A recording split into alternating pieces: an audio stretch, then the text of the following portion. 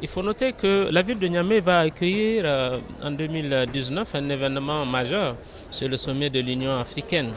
Et nous sommes en train de travailler beaucoup pour que, en tout cas à ce sommet, que la ville de Niamey soit beaucoup plus aménagée, beaucoup plus moderne pour que nous puissions accueillir nos étrangers dans de très bonnes conditions, à l'image de ce que Marrakech vient de faire dans le cadre de ce sommet. Ça, aujourd'hui, c'est une préoccupation urgente sur laquelle nous attelons, mais au-delà, nous investissons en tout cas à construire une ville soutenable, une ville durable.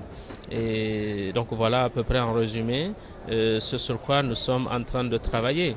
Il faut noter que la ville de Niamey a bénéficié d'un programme spécial du président de la République intitulé Niamey Niala, Niamey la coquette. Et nous sommes en train de donner du contenu à cette ambition du président de la République qui consiste à faire de la ville de Niamey une ville coquette. Et aujourd'hui, comparer la ville de Niamey aux années antérieures, vous allez voir un changement remarquable. Aujourd'hui, la ville de Niamey est dotée d'infrastructures et d'équipements adéquats.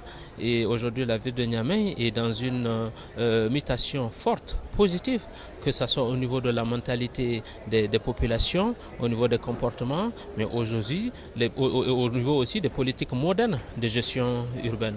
En tout cas, nous sommes dans ce travail, et ce travail, nous le faisons en nous penchant sur en tout cas les compétences locales, mais aussi en utilisant en tout cas toutes les expériences d'ailleurs.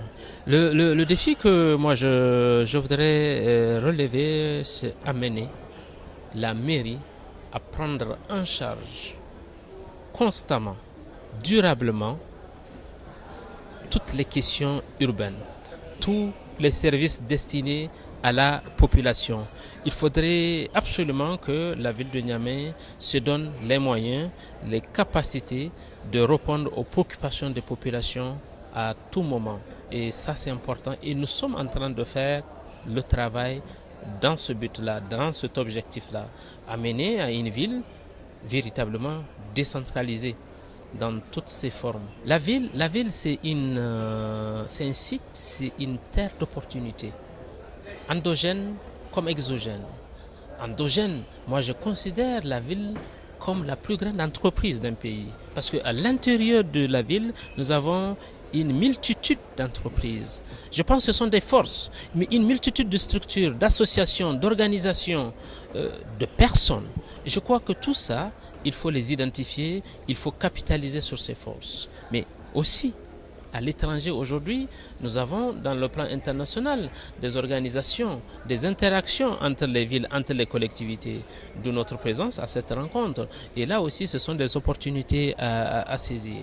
Et je dis, je pense que nous devons chercher les moyens, et je pense que nous sommes sur la voie. Nous sommes non seulement sur la voie, pas seulement Niamey, j'ai envie de dire toutes les villes africaines aujourd'hui sont sur la voie. À travers Africité, ça c'est un exemple. Et il y en a plein d'autres exemples qu'on peut citer, des dynamiques internationales qu'il faut animer.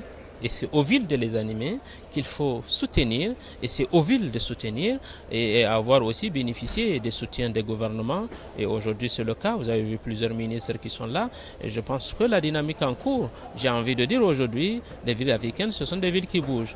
Mais nous allons continuer en tout cas à nous battre pour arriver à ce but, à faire de nos villes des grandes villes, des villes exemplaires.